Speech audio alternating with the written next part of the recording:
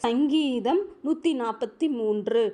கர்த்தாவே, என் ஜெபத்தைக் கேளும், என் விண்ணப்பங்களுக்கு செவிகொடும். உமது உண்மையின்படியும் உமது நீதியின்படியும் எனக்கு உத்தரவு அருளிச் செய்யும். ஜீவனுள்ள ஒருவனும் உமக்கு முன்பாக நீதிமான் அல்லாததினாலே அடியேனை நியாயந்தீர்க்க பிரவேசியாதேயும்.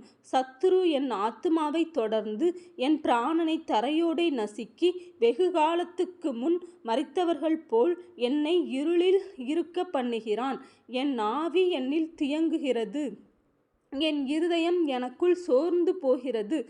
பூர்வ நாட்களை நினைக்கிறேன், உமது செய்கைகளை எல்லாம் தியானிக்கிறேன். உமது கரத்தின் கிரியைகளை யோசிக்கிறேன். என் கைகளை உமக்கு நேராக விரிக்கிறேன். வறண்ட நிலத்தைப் போல் என் ஆத்துமா உம்மேல் தாகமாயிருக்கிறது. கர்த்தாவே, சீக்கிரமாய் எனக்கு செவிகொடும். என் ஆவி தொய்ந்து போகிறது. நான் குழியில் இறங்குகிறவர்களுக்கு ஒப்பாகாதபடிக்கு உமது முகத்தை எனக்கு மறையாதேயும். அதிகாலையில் உமது கிருபையை கேட்க பண்ணும். உம்மை நம்பியிருக்கிறேன். நான் நடக்க வேண்டிய வழியை எனக்கு காண்பியும். உம்மிடத்தில் என் ஆத்துமாவை உயர்த்துகிறேன். கர்த்தாவே, என் சத்துருக்களுக்கு என்னை தப்புவியும். உம்மை புகலிடமாக கொள்ளுகிறேன். உமக்கு பிரியமானதை செய்ய எனக்கு போதித்தருளும். நீரே என் தேவன். உம்முடைய நல்ல ஆவி என்னை செம்மையான வழியிலே நடத்துவாராக.